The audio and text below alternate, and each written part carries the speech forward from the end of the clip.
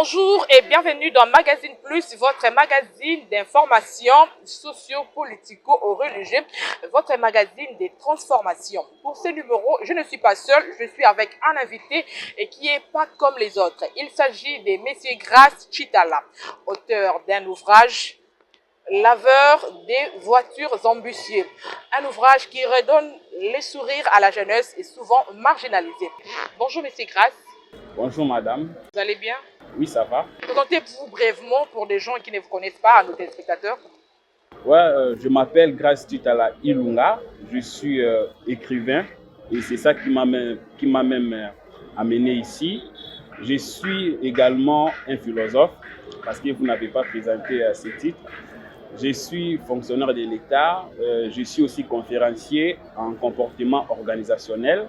Je suis conférencier en entrepreneuriat également. Et hormis ça, je viens tout justement de publier mon livre qui s'intitule « Les laveurs des voitures ambitieuses, les actions héroïques qui changent une vie ». Grace Chitala, auteur de cet ouvrage, est notre invité à cette édition spéciale. D'où vous est venue l'idée d'écrire cet ouvrage? Ok, l'idée d'abord m'est venue lorsque j'ai expérimenté cette expérience exceptionnelle des laveurs des voitures. Parce que en 2018, je me souviens, à un moment, j'avais tellement des idées, j'avais les ambitions de devenir entrepreneur et je n'avais pas les moyens pour me lancer dans le business. Et malgré les projets que j'ai concevés, malgré ce que j'avais comme ambition, il me manquait les moyens. C'est à partir de ce moment-là, je me suis dit d'aller chercher les capitales pour lancer mes projets que j'avais conçus. Je suis allé maintenant exercer le métier de laveur des voitures pour avoir l'argent. Alors cette expérience, c'est ce que j'ai vu dans le lavage des voitures, comment est-ce que les jeunes travaillent. Et souvent, le métier est associé à la pauvreté, au manque d'instruction, plutôt aussi comme un métier réservé uniquement pour les illettrés.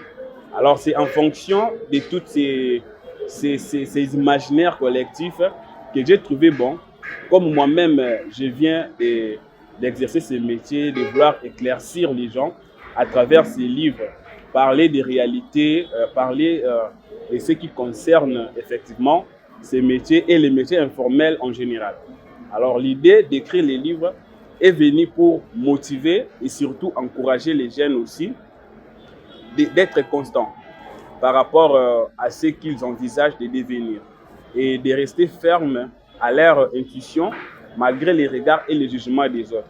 Donc ce livre est né d'une conviction qui est aussi de vaincre les regards et les jugements, de vous montrer comment vous pouvez entreprendre, comment vous pouvez aussi concevoir des idées, comment vous pouvez élargir encore votre connaissance à travers des pensées philosophiques que j'ai aussi abordées dans mon livre, tout justement pour aider la jeunesse. Donc brièvement, le livre est un livre de développement personnel qui développe personnellement, qui valorise les métiers informels, qui donne du courage et à la fin qui parle des sujets de la société. Cet ouvrage est là pour encourager surtout le jeune à entreprendre.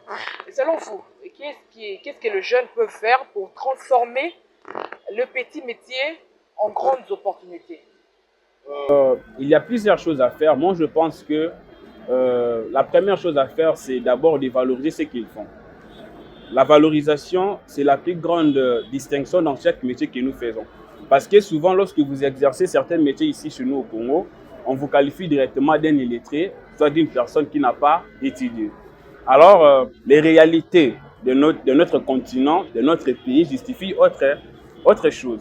Parce que j'ai vu, il y a des diplômés, des gens qui ont fini des études, qui restent à la maison bras croisés, passifs, sans toutefois entreprendre, tout en se plaignant qu'il n'y a pas de métier, qu'il n'y a pas de choses à faire. Maintenant, ils n'ont pas cette volonté de se lancer dans l'informel. Des métiers que nous qualifions comme des sauts ou des sous-métiers. Pourquoi? Parce qu'ils se regardent, ils se disent, moi j'ai beaucoup étudié, moi j'ai des diplômes, j'ai ceci, j'ai cela. Je ne peux jamais exercer parce que les gens vont me juger. Alors, Pour les jeunes qui entreprennent dans les petits métiers, moi je leur dirais toujours, ils doivent rester constants, valoriser ce qu'ils font, donner la valeur. Vous voyez? Et c'est ça la plus grande distinction dans tout ce que nous entreprenons et dans ce que on veut réellement, si on veut réellement réussir. Donc, nous devons valoriser ce que nous faisons, de les faire avec délicatesse, précision et de les faire aussi avec volonté et sérieux. Et lorsque vous valorisez ce que vous faites, la personne mieux placée à les faire, c'est vous-même, avant que les autres puissent vous valoriser. Vous devez d'abord valoriser ce que vous-même vous entreprenez et les autres viendront après. Et hormis cela, vous rencontrerez aussi d'autres opportunités en fonction du sérieux que vous mettez dans ce que vous entreprenez. Tout comme moi, lorsque j'exerçais les métiers de laveur de voitures, à un moment donné, comme je les faisais avec délicatesse, précision, volonté, amour, passion, j'ai rencontré de grandes personnalités qui ensuite m'ont encore donné d'autres opportunités et ce qui ont d'ailleurs fait que je sois ce que je suis aujourd'hui. Alors dans ce sens-là, les jeunes doivent rester fermes. Vous voyez, j'ai pleinement conscience que dans notre pays, les métiers se font rares. Les métiers ne sont pas vraiment en abondance. Mais ce qui est important, c'est de chercher même quoi faire au lieu de rester passif, au lieu de rester inoccupé à la maison, passer la journée en train de maudire votre pays, en train de maudire votre gouvernement. Il est très important de chercher même une échappatoire. Parce qu'il y a des jeunes qui viennent pour exercer les métiers informels comme une échappatoire au chômage. D'autres pour alimenter leur famille. D'autres pour financer leurs projets. Tout dépend de la vision que la personne conçoit. Alors, dans ce sens-là, ce qui est important à retenir, c'est de rester toujours ferme et aimer ce que vous faites avec passion, amour, fidélité. C'est ça le secret. Restez ferme et aimez ce que vous faites, c'est le mot de M. Grace Chitala, auteur de cet ouvrage, Laveur des voitures ambitieux. M. Grace Chitala, avez-vous des projets d'accompagnement ou soit des initiatives concrètes pour accompagner les laveurs des voitures ou soit les petits entrepreneurs? Une chose que je devais préciser, les livres ne parlent pas uniquement des laveurs des voitures. Les livres valorisent les métiers informels, comme les receveurs, vous voyez, les porteurs, dans les métiers que souvent beaucoup de gens regardent du haut comme étant dénigrants, vous voyez. Alors si j'ai un projet d'accompagnement, ce serait de les donner la connaissance. Parce que la plus grande richesse que je peux donner aux gens, c'est la connaissance. Parce que vous pouvez donner la personne l'argent, si elle n'a pas la connaissance, elle n'aura pas la possibilité de tout gérer. Alors, il faut donner les gens la connaissance. C'est la raison pour laquelle j'organise des conférences, j'organise aussi des formations pour les aider à acquérir ces connaissances-là qui peuvent les aider aussi à voir clair dans leur vie, tout comme moi, j'ai vu. C'est-à-dire, jeunes, ne te laisse pas manipuler par les politiciens. La jeunesse d'aujourd'hui a un grand rôle à jouer pour le développement de la République démocratique du Congo. Je rappelle avec M. Grace Chitala qui parle de cet ouvrage, Laveur des voitures ambitieux. Vous avez ajouté les actions. Les actions héroïques qui changent une vie. Les actions héroïques qui changent une vie. Cet ouvrage encourage les jeunes qui entreprennent à bien faire leur travail, et aussi à ne pas se laisser manipuler pas seulement par les politiciens, mais à ne pas laisser manipuler par le vol, parce que nous voyons souvent les laveurs de véhicules, ou soit les petits entrepreneurs, dès qu'ils voient, comment dirais-je, je parle d'abord des laveurs de véhicules, dès que le propriétaire n'est pas sur place, il peut laver le véhicule, mais il peut voler aussi un rétroviseur. Qu'est-ce que vous pouvez dire à ces jeunes-là? Puisqu'actuellement, les jeunes entrepreneurs, il suffit de voir quelque chose sous leurs yeux, ils peuvent chipper. Oui, effectivement, vous voyez, votre question est très primordiale et très nécessaire. Les livres répondent à toutes ces questions-là. Dans chaque métier, dans chaque chose, il y a des bonnes et mauvaises personnes. Alors, dans le lavage des voitures, moi, je l'ai exercé dans une entreprise à Gombe. Alors, j'ai aussi rencontré des laveurs qui ont volé dans les voitures. Mais je pense que le plus important pour les propriétaires, c'est de connaître d'abord la personne à qui tu veux confier ton véhicule. Il faut d'abord avoir la confiance de cette personne-là. Dans mon livre, j'évoque ce sujet dans le sens où moi aussi, lorsque j'ai débuté avec les métiers, il était difficile pour les propriétaires de me donner cette confiance-là, de commencer à exercer les métiers, plutôt les lavages complets, parce qu'il y a deux types de lavage.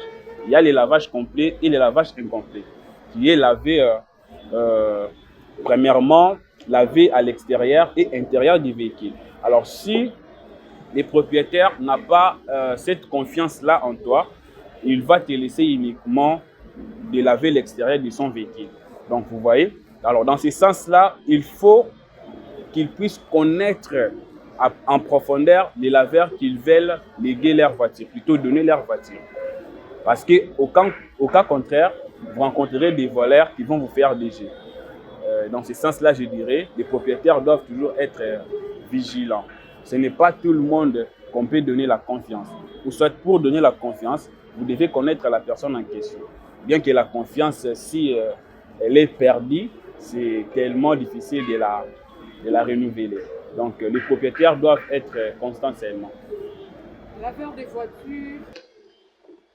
voitures ambitieux à combien de chapitres et combien de pages? Le livre contient 143 chapitres. Non, plutôt 4 chapitres et 143 pages. Y a-t-il un chapitre qui vous touche, bien que vous parlez de votre histoire? Ouais. Il y a un chapitre qui vous touche parmi les 4 chapitres? Oui, effectivement. Le chapitre qui me touche le plus, c'est là où j'ai parlé d'un mouvement en constante, et plutôt d'un monde en constante évolution. C'est un chapitre que j'aime beaucoup dans mon livre, parce que ça évoque les réalités. Souvent, des gens restent passifs, restent désœuvrés à la maison, tout en attendant des opportunités. Alors, dans ce chapitre, j'ai dit que le monde est en constante évolution. Tout bouge, tout change. Alors, dans un monde qui est en mouvement perpétuel, vouloir rester inactif, vouloir rester sur place, c'est de se condamner à mourir pauvre. Donc, il faut bouger avec le monde. Alors, j'ai pris une métaphore d'Héraclite qui illustre parfaitement ce que je voulais évoquer dans mon chapitre. C'est une citation qui dit « On ne se baigne jamais deux fois dans le même fleuve. On ne peut pas entrer deux fois dans le même fleuve. » Pourquoi? Parce que les fleuves, ça s'écoule. Lorsque vous entrez pour la première fois dans un fleuve, l'eau qui vous entoure, elle se renouvelle à chaque instant. Elle s'écoule. Alors le monde est ainsi fait. Pourquoi? Parce que dans le monde, rien n'est fixe, rien n'est permanent. Nous bougeons, nous changeons. Alors il faut avoir cette conscience que notre vie n'est pas stable.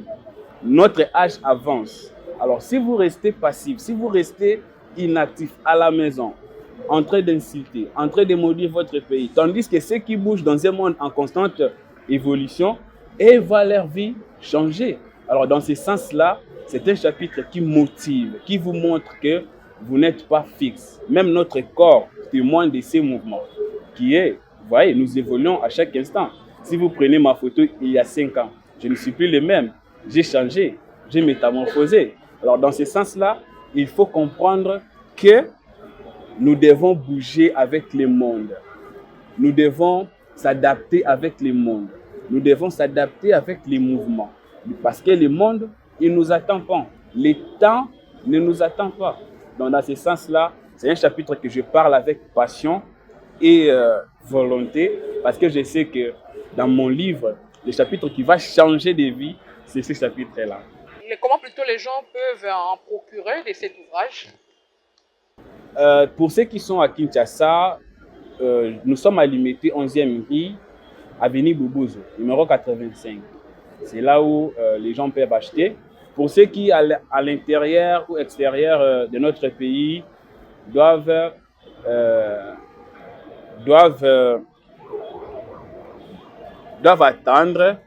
attendre. Pourquoi? Parce que nous cherchons une solution de les mettre sur Amazon pour permettre à ce que ceux qui sont à l'intérieur puissent aussi en avoir. Il s'agit de M. Grace Chitala. Il est auteur qui parle d'une histoire personnelle. Il parle de sa vie dans cet ouvrage intitulé Laveur des véhicules, laveur plutôt des voitures embûchées. Si vous voulez en procurer, il suffit de contacter son numéro. Il va communiquer son numéro à la fin. Jeune aujourd'hui, il ne suffit pas seulement d'être paresseux ou soit insulté, comme a dit M. Grace Chitala, insulter les autorités, mais il suffit d'user de votre courage pour aller à la quête, comme on dit, croquer sa vie en pleine dents, je peux dire ça comme ça. Donc c'est un peu ça. Merci M. Grace d'avoir répondu à notre invitation. Vous avez un mot de plus? Vous avez un mot de plus? Je terminerai par conseiller les gens à faire preuve d'un courage exceptionnel parce que la vie est basée sur les choix. Vous devez faire des choix très judicieux, vous devez prendre des risques et vous devez comprendre que votre vie dépend de vous-même. Il ne faut jamais se pencher, il ne faut jamais se cacher derrière des illusions. La vie, ce n'est pas une illusion, la vie, c'est la réalité. C'est ce qu'on vit, c'est ce qu'on voit. Il faut chercher la vie pour que demain, vous puissiez au moins rencontrer l'histoire à vos enfants. Moi, aujourd'hui, je me réjouis parce que j'ai une histoire à rencontrer, une expérience à partager avec les gens parce que je sais qu'avec cette expérience, beaucoup de vies vont changer. Restez constant dans tout ce que vous entreprenez pour éviter les regards et les jugements des autres. Venez lire ces livres parce que je vous assure que ce n'est pas du tout facile d'exercer le métier de laveur de voitures si vous ne savez pas comment vous pouvez fuir les regards et les jugements des autres. Venez acheter les livres en m'appelant sur les 098 plutôt 099 15 94 213. C'est un guide pour vous qui va vous permettre d'entreprendre des projets jusqu'à leur réalisation. Merci. Ayez la foi, ayez le courage pour changer les rêves en réalité. Laveur des voitures embûchées, c'est l'ouvrage écrit par Grace Chitala. Il est aussi philosophe, notre invité d'aujourd'hui. Quant à moi, je vous retrouve à très bientôt.